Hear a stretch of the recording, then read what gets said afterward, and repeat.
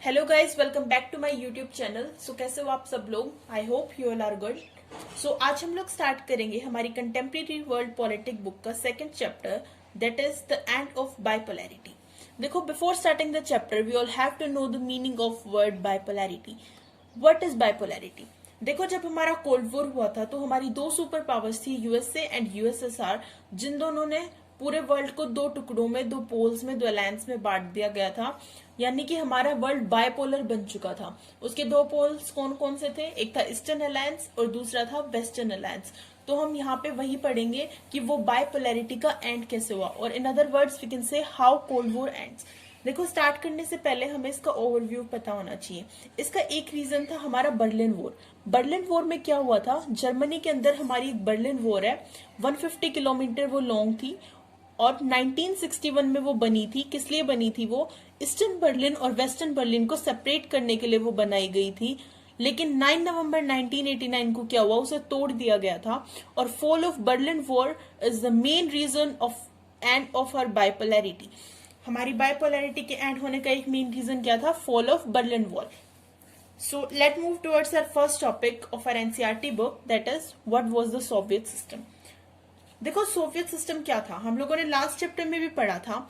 Soviet system जो है वो हमारा अकेला रशिया का नहीं था, उसके साथ मिला के अदर 14 कंट्रीज थी। यानी ये एक टोटल 15 कंट्रीज की A union of 15 countries came into being after socialist revolution in Russia in 1917। देखो, रशिया के अंदर क्या हुआ था? 1917 में एक रिवॉल्यूशन हुआ था, जिसको क्या बोलते हैं हम लोग? Russian revolution. उसके बाद हमारी जो 15 कंट्रीज थी ना, उन सब ने मिलकर एक यूनियन बनाई थी, जिसको हम लोग बोलते हैं USSR, union of Soviet socialist Republic. ये था हमारा सोवियत सिस्टम। अब सोवियत सिस्टम क्या करता था? हमारा कौन सी आइडियोलॉजी को सपोर्ट करता था? ये सोशलिज्म को। और इसका मेन काम क्या था? कैपिटलिज्म को अपोज करना। Biggest attempt in human history to abolish the institution of private property and design a society based on principles of equality। इसका मेन प्रिंसिपल क्या था? इक्वेलिटी। इसने क्या किया था? जो हमारे जितने भी प्राइवेट इंस्टीट्यूशंस थे उन सबको खत्म कर दिया गया था, और एक ऐसी सोसाइटी बनाई थी जो प्रिंसिपल ऑफ इक्वेलिटी पे काम करे, यानी जहाँ पे हर लोगों के लिए समानता हो, किसी में कोई भेदभाव ना किया जाए। Soviet system was politically centred by communist party. देखो, यहाँ क्या था? ये वन पार्टी सिस्टम था। देखो, हमारे इंडिया में क्या होता है? मल्टी पार्टी सिस्टम है। लेकिन जो हमारा पूरा जो सोवियत सिस्टम था, यानी जो 15 कंट्रीज थी, उनपे सिर्फ एक पार्टी रूल करती थी। कौन सी पार्टी रूल करती थी? Communist party. उसके अलावा वहां पे कोई भी दूसरी पार्टी अलाउ नहीं थी। इकोनॉमी जो है वो प्लान और कंट्रोल दोनों स्टेट कंट्रोल्ड होती थी। इकोनॉमी को प्लान भी स्टेट करती थी और कंट्रोल भी कौन करता था? स्टेट करती थी। After the second world war, east European countries liberated from fascist forces. देखो, फैसिस्ट फोर्सेस क्या थी? उस टाइम पे जो तानाशाही करते थे ना, लोगों को अपने अंडर रखते थे, वो थी हमारी फैसिस्ट फोर्सेस। जब सेकेंड वर्ल्ड वॉर हुआ उस टाइम पे जो ईस्ट यूरोपियन जो कंट्रीज थी वो इनसे आजाद हो गई थी और यूएसएसआर के कंट्रोल में आ गई थी। और पॉलिटिकल और इकोनॉमिक सिस्टम जो था इन कंट्रीज का, वो कौन संभालने लगा था? यूएसएसआर संभालने लगा था। These group of countries were also called the Second World और सोशलिस्ट ब्लॉक। इन्हीं जो कंट्रीज का जो ग्रुप था ना, हमारी जो 15 कंट्रीज थी, उन्हीं को हम लोग क्या कहते थे? सेकेंड वर्ल्ड भी कहते थे और सोशलिस्ट ब्लॉक भी कहते थे। वार्सो पैक्ट भी एक साइन हुआ था। वार्सो पैक्ट इन सबको साथ में रखता था, हेल्ड टुगेदर। वो क्या था? एक मिलिट्री अलायंसेस था। और इस पूरे ब्लॉक का लीडर कौन था? USSR was the leader of the block. ये तो था हमारा सोवियत यूनियन क्या था उसके बारे में। अब हम कुछ फीचर्स देखते हैं सोवियत यूनियन की, unique features of Soviet USSR. देखो, एग्जाम में डायरेक्ट क्वेश्चन भी आता है कई बार, what were the features of USSR. So देखते हैं। Soviet Union become great power after the second world war. जब हमारा सेकेंड वर्ल्ड वॉर हुआ उसके बाद में हमारा सोवियत यूनियन जो है वो एक बहुत बड़ी सुपर पावर बन चुका था। उसकी इकोनॉमी जो है वो पूरे वर्ल्ड से ज्यादा डेवलप थी, लेकिन एक्सेप्ट फ्रॉम वूम? यूएसए से उसकी इकोनॉमी ज्यादा डेवलप नहीं थी, वो उसका कंपिटिटर था। यानी ये दोनों सुपर पावर थी। लेकिन ऐसा क्या था यूएसएसआर में कि वो एक सुपर पावर थी? उसके कुछ फीचर्स हैं, देखो देखते हैं क्या क्या। It had complex communication network. उसका जो कम्युनिकेशन जो नेटवर्क था वो बहुत ज्यादा कॉम्प्लेक्स था, बहुत ज्यादा हाई था। It had vast energy resources like oil, iron and steel and machinery product. इसके पास बहुत सारे तरह के एनर्जी रिसोर्सेज थे, जैसे oil, iron, steel, machinery production etcetera. इसका जो ट्रांसपोर्ट सेक्टर था ना, वो रिमोटेस्ट एरिया से भी कनेक्टेड था। देखो रिमोटेस्ट एरियाज क्या होते हैं, जो सबसे ज्यादा अनडेवलप्ड जो रीजन्स होते हैं ना, उनको हम लोग रिमोटेस्ट एरियाज बोलते हैं। वहां पे भी ट्रांसपोर्ट सेक्टर जो है वो था। देखो हमारे इंडिया में आज भी ऐसे बहुत सारे एरियाज हैं जहां पे ट्रांसपोर्ट सेक्टर डेवलप नहीं है, लेकिन वहां पे क्या था, उस टाइम पे भी रिमोटेस्ट एरियाज तक में भी ट्रांसपोर्ट सिस्टम था। It had a domestic consumer industry that produce everything from pins to car. इसकी सबसे अच्छी चीज क्या थी कि यहाँ पे पिन्स यानी छोटी से छोटी पिन से लेके कार तक सब कुछ ये अपना खुद बनाते थे, बाहर से कुछ भी इंपोर्ट नहीं करवाते थे। सब कुछ मतलब डोमेस्टिक कंज्यूमर इंडस्ट्री, मतलब जहां पे अगर कोई कंज्यूमर जाता है तो उसे वो चीज मतलब उस इंडस्ट्री से ही मिल जाए, उसके लिए उसे कहीं बाहर ना जाना पड़े। That is domestic consumer industry. Government subsidies, basic necessities, वहां पे जो है जो भी बेसिक नेसेसिटीज, देखो ह्यूमन की बेसिक नेसेसिटीज क्या क्या होती है, हेल्थ होती है, एजुकेशन होती है, चाइल्ड केयर होती है और welfare, I am sorry, human की बेसिक नेसेसिटीज क्या क्या है, हेल्थ, एजुकेशन, चाइल्ड केयर। ये सारी बेसिक नेसेसिटीज उनको कौन प्रोवाइड करता था, गवर्नमेंट प्रोवाइड करती थी। और इसके अलावा भी बहुत सारी वेलफेयर स्कीम्स वो प्रोवाइड करती थी। और एक और बहुत अच्छी बात क्या थी, वहां पे कोई भी अनएम्प्लॉयमेंट नहीं थी, यानी सबके पास रोजगार था, कोई भी अनएम्प्लॉयड नहीं था। Land and productive assets were owned and control by Soviet block. वहां पे जितने भी हमारे लैंड थे या फिर प्रोडक्टिव जो एसेट्स थे ना, उन सबको कौन कंट्रोल करता था, सोवियत ब्लॉक कंट्रोल करता था। ये थे हमारे यूनिक फीचर्स ऑफ यूएसएसआर। अब हमने पढ़ा था फीचर्स ऑफ यूएसएसआर, लेकिन देखो जिस चीज के फीचर्स होते हैं उसके कुछ ना कुछ लिमिटेशंस भी होते हैं। तो सोवियत यूनियन के भी कुछ लिमिटेशंस थे। अब आप सब लोग सोच रहे होंगे कि सोवियत यूनियन तो इतना अच्छा था, वहां पे सारी चीज मिलती थी, एम्प्लॉयमेंट थी, सबके वेलफेयर के लिए काम होता था, फिर वो डिसइंटीग्रेट क्यों हुआ? वो हुआ उसकी लिमिटेशंस की वजह से। क्या क्या थी उसकी limitations? The Soviet system became very bureaucratic and authoritarian, making life very difficult for its citizens. यानी वो बहुत ज्यादा, देखो ब्यूरोक्रेटिक और ऑथोरिटेरियन का मतलब क्या होता है, रूड या फिर तानाशाही टाइप से होता है। उन लोगों ने क्या किया था कि जो वहां के सिटीजन्स थे ना, उनके लिए लाइफ को बहुत ज्यादा टफ बना दिया था। वो कैसे बना था? Due to lack of democracy and absence of freedom of speech. वहां के लोगों के पास देखो फ्रीडम ऑफ स्पीच नहीं था। हमारे इंडिया में क्या है, मीडिया है जिसके बारे में जो मर्जी कह दिया, उन्हें कोई रोकने वाला नहीं होता। सिमिलरली यूएसए में वहां पे मतलब गवर्नमेंट का कुछ नहीं चलता, वहां मीडिया के जो मन में आता है वो बोलता है, लोग क्वेश्चनिंग कर देते हैं, तो कोई कुछ नहीं कर सकता। बट यहाँ पे क्या था कि कोई भी गवर्नमेंट के बारे में कुछ नहीं बोल सकता था। उन लोगों के पास स्पीच का फ्रीडम नहीं था, कोई डेमोक्रेसी नहीं थी वहां पे। और ज्यादातर जो इंस्टीट्यूशंस थे उनको रिफॉर्म चाहिए था, लेकिन जो कम्युनिस्ट पार्टी थी उसका बहुत ज्यादा टाइट कंट्रोल था सारे इंस्टीट्यूशंस के ऊपर। रिफॉर्म का मतलब क्या होता है, बदलाव, सबको बदलाव चाहिए था, लेकिन कम्युनिस्ट पार्टी का बहुत ज्यादा टाइट कंट्रोल था और उसने उन सबको रिफॉर्म देने से भी मना कर दिया गया था। Party refuse to 15 republics to manage their own affairs including their cultural affairs. देखो इन सब ने क्या किया था, इनसे डिमांड की गई थी कि हम हमारे जो इंटरनल कल्चरल अफेयर होंगे उन्हें हम लोग खुद संभालेंगे। बट जो हमारी कम्युनिस्ट पार्टी थी उसने क्या कर दिया था, रिफ्यूज कर दिया था, मना कर दिया था इन 15 रिपब्लिक को कि ये अपने इंटरनल अफेयर्स नहीं देख सकते। रशिया, एक मेन रीजन क्या था, रशिया डोमिनेटेड एवरीथिंग। देखो रशिया जो था ना, वो इन सब का हम लोग बोल सकते हैं एक तरीके से सबसे पावरफुल स्टेट या जिसको सबसे ज्यादा प्रायोरिटी दी जाती थी, वो मोस्ट डोमिनेटेड था। और people from other regions felt neglected and suppressed. यानी बाकी जो भी अदर रीजन से जो लोग थे उनको वो लोग क्या समझते हैं कि ये हमेशा हमें नेग्लेक्ट करते हैं, एंड सप्रेस्ड मतलब क्या होता है, दबाना, ये लोग हमेशा हमें दबाते हैं। और सिर्फ रशिया ही हमेशा डोमिनेटेड रहता है। In arms race Soviet Union manage to match with the US from time to time but at great cost. देखो आर्म्स रेस में क्या होता था, सोवियत यूनियन ना हमेशा यूएसए से मुकाबला करता था उसके टक्कर में रहने के लिए, लेकिन वो इसे बहुत ज्यादा महंगा पड़ता था। ये क्या करता था, उसके लिए ना बहुत सारे आर्म्स रेस में अपनी ज्यादातर पैसों को खर्च कर देता था, इसलिए उसकी वजह से बहुत ज्यादा भारी नुकसान होता था। USSR lag behind the west and technology infrastructure. और यूएसएसआर जो है वो वेस्ट मतलब क्या, हमारा यूएसए, उससे टेक्नोलॉजी इंफ्रास्ट्रक्चर में भी काफी ज्यादा पीछे रहता था। सोवियत इन्वेंशन ऑफ अफगानिस्तान इन 1979। देखो सोवियत इन्वेंशन ऑफ अफगानिस्तान कब हुआ था, 1979 में। 1 मार्क के लिए बहुत ज्यादा इंपॉर्टेंट है। इसने क्या किया था, हमारे सिस्टम को बहुत ज्यादा वीक कर दिया था। वीक कैसे किया, जो वेजेस थी वो बहुत जल्दी ग्रो करने लगी थी, प्रोडक्टिविटी और टेक्नोलॉजी जो है वो वेस्ट से बहुत ज्यादा पीछे जाने लगी थी। और इसी की वजह से एक और चीज क्या हुई थी, फूड शॉर्टेजेस हो गई थी, कंज्यूमर को गुड्स नहीं मिल पाते थे। और इसकी वजह से एक ऐसा टाइम आ गया जिस टाइम पे यूएसएसआर को फूड तक इंपोर्ट करवाना पड़ा। और सोवियत इकोनॉमी जो है वो बहुत जल्दी बिल्कुल फ्लैटर होने लगी। कब हुई थी, 1970s में क्या हुआ, सोवियत इकोनॉमी जो थी वो बिल्कुल फ्लैटर हो गई थी और स्टैग्नेट बन गई थी, इकोनॉमिक स्टैग्नेशन हो गया था। इन्हीं लिमिटेशंस की वजह से यूएसएसआर डिसइंटीग्रेट भी हुआ था। Let's move towards a new topic that is Gorbachev and the disintegration। देखो गोरबचाव कौन था? मिखाइल गोरबचाव जो है वो 1985 में हमारी जो कम्युनिस्ट पार्टी थी उसके जनरल सेक्रेटरी बने थे। और उन्होंने क्या सोचा था कि मैं रिफॉर्म्स लेके आऊंगा, ऐसे बदलाव लेके आऊंगा सिस्टम में जिसकी वजह से जो यूएसएसआर और हमारा यूएसए वो दोनों इक्वल आ जाए।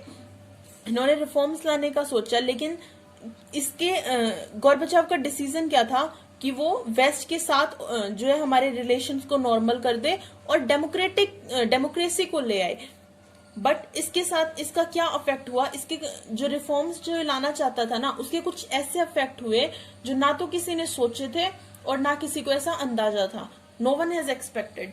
देखो क्या हुआ था, ईस्ट यूरोपियन कंट्रीज जो है ना उन लोगों ने अपनी गवर्नमेंट के खिलाफ प्रोटेस्ट करना स्टार्ट कर दिया। यानी उन लोगों को फ्रीडम चाहिए था, तो लेकिन उनकी गवर्नमेंट उन्हें फ्रीडम नहीं देती थी। तो उसके लिए उन्होंने क्या किया, अपनी ही गवर्नमेंट के खिलाफ प्रोटेस्ट करना स्टार्ट कर दिया। दिस रैपिडली एस्केलेटिंग क्राइसिस, यानी उसने क्या किया था कि बहुत सारे क्राइसिस का मतलब होता है तनाव लाना या समथिंग लड़ाई टाइप से, मतलब अपनी जो गवर्नमेंट थी उसके खिलाफ विरोध करना शुरू कर दिया था। और इसी ने जो है डिसइंटीग्रेशन को बहुत ज्यादा स्पीड अप कर दिया था। Gorbachev initiated the policies of economy and political reform and democratization, which is opposed by leader within the Communist Party। देखो गोरबचाव ने क्या किया था, वो इकोनॉमिक और पॉलिटिकल रिफॉर्म लाना चाहता था और डेमोक्रेसी लाना चाहता था, लेकिन उसको उसी की पार्टी कम्युनिस्ट पार्टी के जो लीडर्स थे उन्होंने ही अपोज किया। और 1991 में क्या हुआ, एक कूप आ जाता है और गोरबचाव को वहां से ओवरथ्रो कर देता है। देखो कूप क्या होता है, एक मिलिट्री कूप होता है।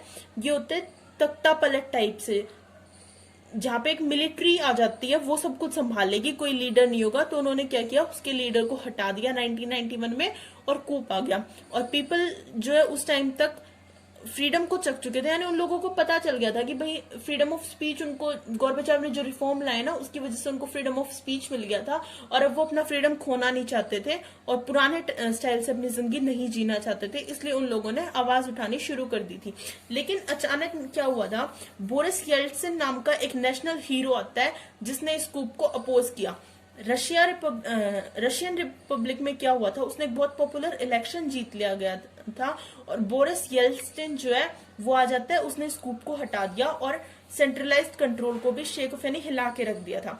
पावर जो है वो सोवियत सेंटर से रिपब्लिक में ट्रांसफर हो गई, शिफ्ट हो गई थी। और मोस्टली जो यूरोपियन पार्ट था यूएसएसआर का, उनके पास जो है वो पावर शिफ्ट हो चुकी थी। Central Asian republics did not ask for independence, but जो हमारी जो सेंट्रल एशियन रिपब्लिक्स थी ना उन्होंने इंडिपेंडेंस की मांग नहीं की, क्योंकि वो सोवियत फेडरेशन के साथ ही रहना चाहते थे। देखो दिसंबर 1991 में क्या होता है, येल्टसिन की लीडरशिप के अंडर ही हमारी जो 3 मेन कंट्रीज थी, रशिया, यूक्रेन एंड बेलारूस, उन लोगों ने क्या डिक्लेयर कर दिया था कि सोवियत यूनियन डिस्बैंडेड, यानी सोवियत यूनियन अब टूट चुका है, वो डिस्बैंडेड हो चुका है। एंड कैपिटलिज्म एंड डेमोक्रेसी जो है वो अडॉप्ट कर ली गई थी और as basis for the post Soviet republic, यानी जो बाकी जो हमारे अभी सोवियत जो रिपब्लिक्स थे, जो नेशंस थे, उन लोगों ने किसको अडॉप्ट कर लिया था, कैपिटलिज्म एंड डेमोक्रेसी को।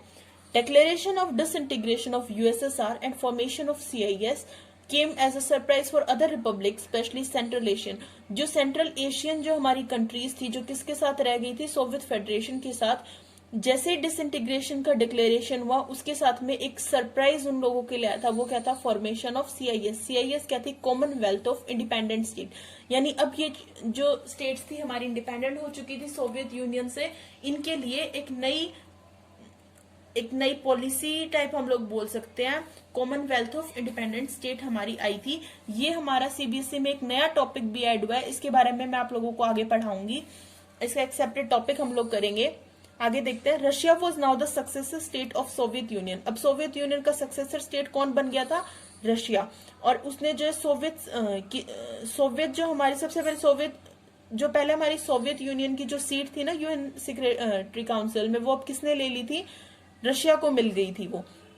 Russia accepted all the international treaties and commitments of USSR. अब यूएसएसआर के जितने भी इंटरनेशनल ट्रीटीज थे, कमिटमेंट्स थे, उन सबको कौन संभालता था?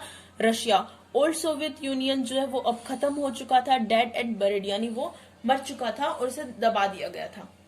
सो let move towards a new topic, that is why did Soviet union disintegrate. अब सोवियत यूनियन डिसइंटीग्रेट क्यों हुआ था? देखो इसके बहुत सारे रीजन है। पहला इसका रीजन है इंटरनल वीकनेस आ गई थी, कोई भी फ्रीडम नहीं था, राइट्स नहीं थे। Internal weakness of political and economic institution fail to meet aspirations of people, यानी कि जो हमारे पॉलिटिकल और इकोनॉमिक जो इंस्टीट्यूशन थे वो लोगों के एस्पिरेशंस को पूरा करने में फेल हो गए थे। वहां पे लोगों को कोई फ्रीडम नहीं दिया जाता था, कोई राइट नहीं दिया जाता था, कोई डेमोक्रेसी नहीं थी, कोई फ्रीडम ऑफ स्पीच नहीं था। दूसरा रीजन इसका क्या था? इकोनॉमिक स्टेग्नेशन आ गई थी बहुत सालों से, जिसकी वजह से कंज्यूमर शॉर्टेजेस होने लगी थी और सोवियत सोसाइटी जो है उसने अपनी गवर्नमेंट के ऊपर डाउट और क्वेश्चंस अराइज कर दिए थे।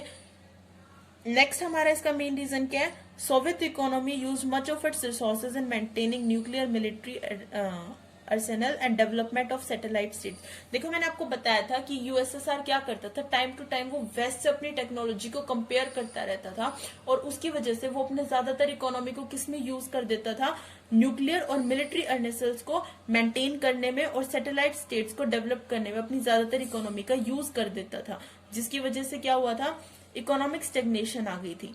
नेक्स्ट इसका मेन रीजन क्या था? At the same time ordinary citizens become knowledgeable about economic advance of the west. देखो उसी टाइम पे क्या हुआ था, लोगों को ना वेस्ट के बारे में, पहले देखो क्या होता था, लोगों को पता नहीं होता था कि वेस्ट में क्या चल रहा है क्या नहीं, उनको कोई नॉलेज नहीं होती थी। लेकिन जब रिफॉर्म्स आने स्टार्ट हुए तो जो ऑर्डिनरी सिटीजन्स थे उन लोगों को भी वेस्ट की टेक्नोलॉजी का पता चलने लगा कि वो हमसे ज्यादा एडवांस है और कैपिटलिज्म जो है वो सोशलिज्म से बेटर है, इसलिए लोगों ने उसके खिलाफ आवाज उठानी शुरू कर दी थी। Soviet Union has become stagnant in administrative sense as well, यानी कि वो गवर्नमेंट कंट्रोल में भी जो है वो स्टैग्नेशन आ गई थी, पॉलिटिकल स्टैग्नेशन भी आई थी। वो कैसे आई थी? देखो कम्युनिस्ट पार्टी ने 70 सालों तक जो है हमारे सोवियत यूनियन में रूल किया गया था। जो ऑर्डिनरी पीपल थे वो उसके जो स्लो और स्टिफलिंग एडमिनिस्ट्रेशन था, यानी उसका जो कंट्रोल था वो बहुत ज्यादा स्लो था, स्टिफलिंग था, उसके लोग अगेंस्ट होने लग गए थे, करप्शन के अगेंस्ट होने लग गए थे और सोवियत सिस्टम ने जो गलतियां की थी वो उन्हें सुधारने में अनसक्सेसफुल रहा था, जिसकी वजह से लोग उसके अगेंस्ट खड़ा हो गए थे और पार्टी ब्यूरोक्रेट्स जो थे उन लोगों को आम आदमियों से ज्यादा प्रिविलेजेस दिए जाते थे, जिसकी वजह से लोग अगेंस्ट होने लग गए थे।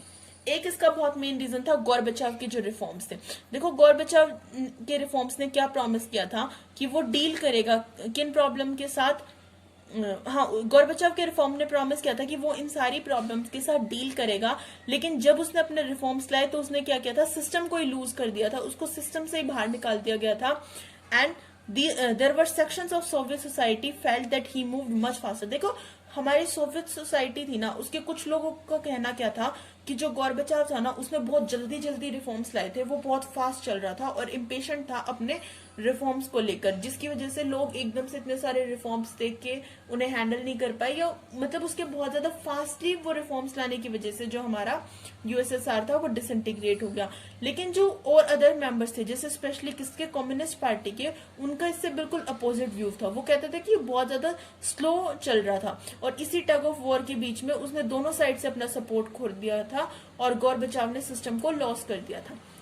अनदर हमारा रीजन क्या था? The rise of nationalism and desire for sovereignty within various republic including Russia and Baltic republics.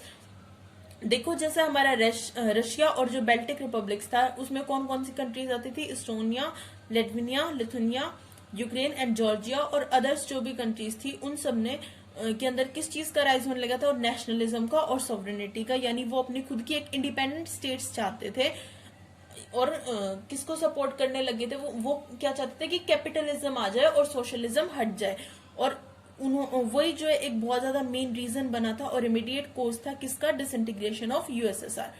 So these are the old reasons for the disintegration of USSR.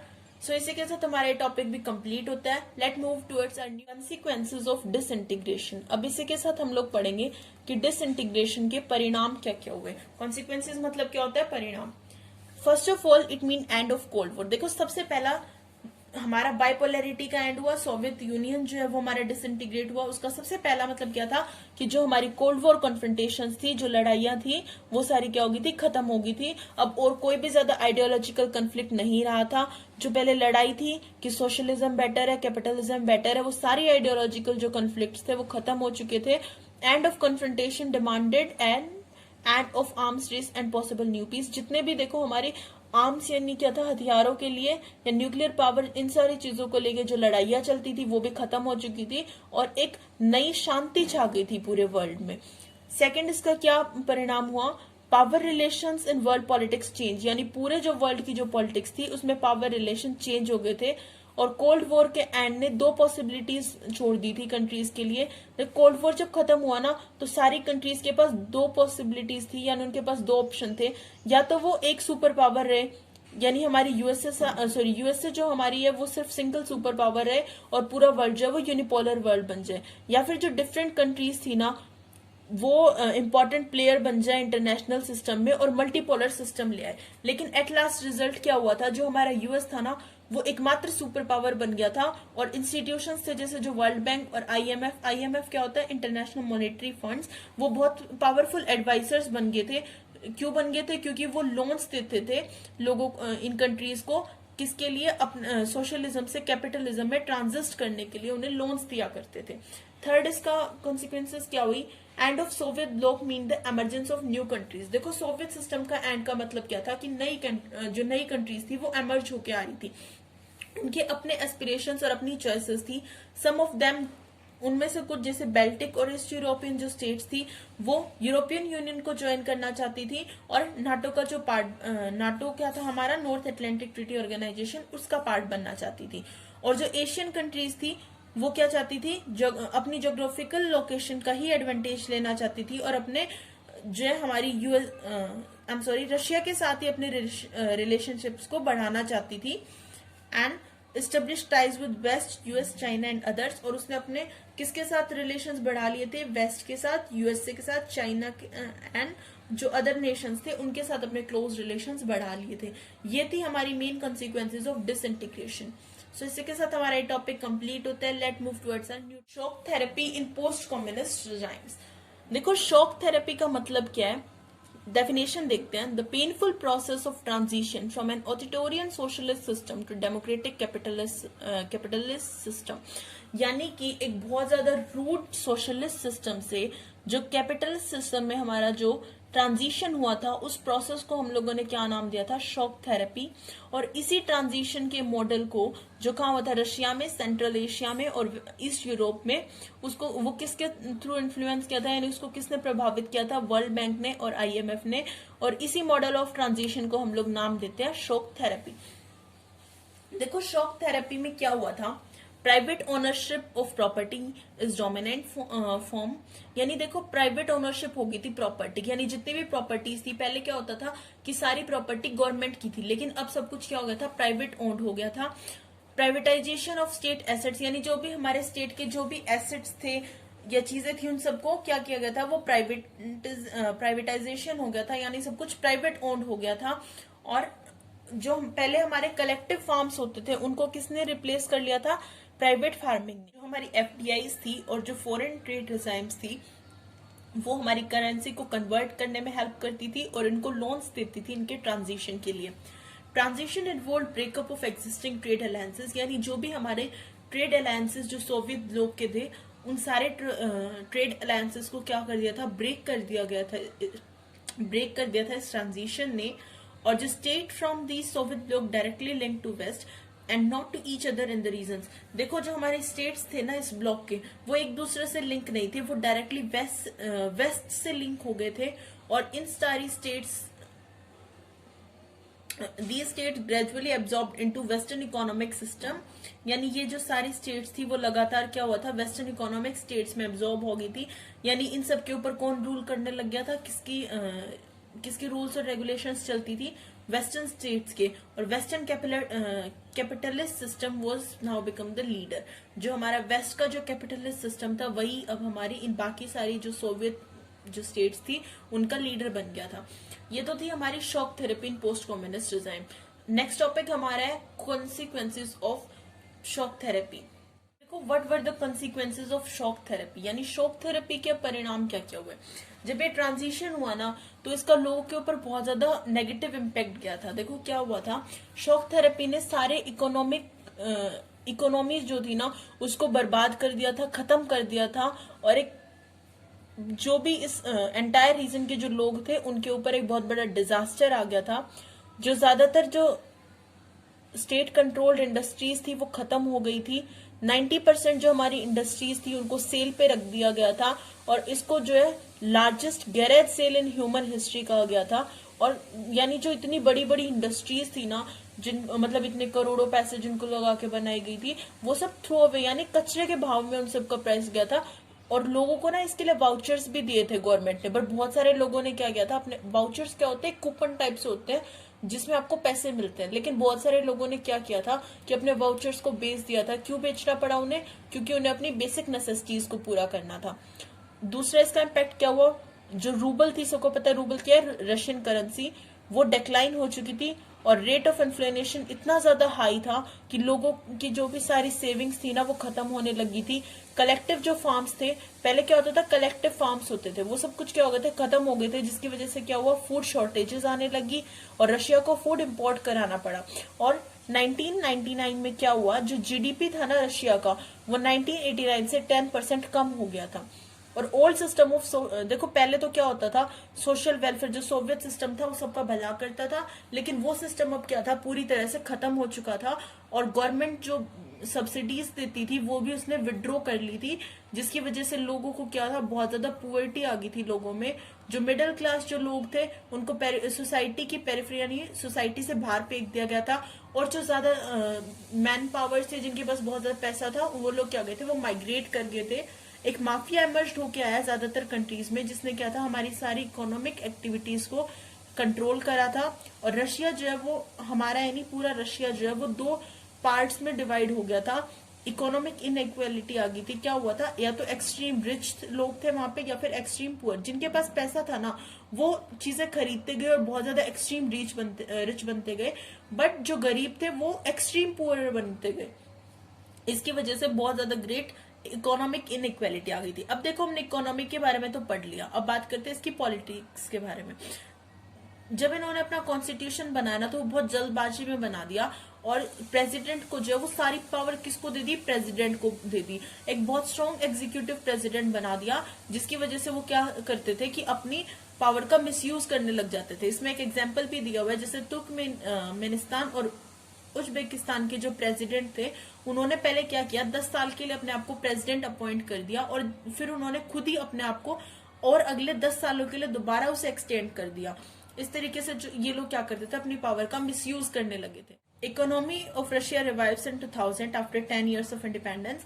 Independence के 10 साल के बाद जो Russia की economy थी वो revive करनी start कर दी गई थी।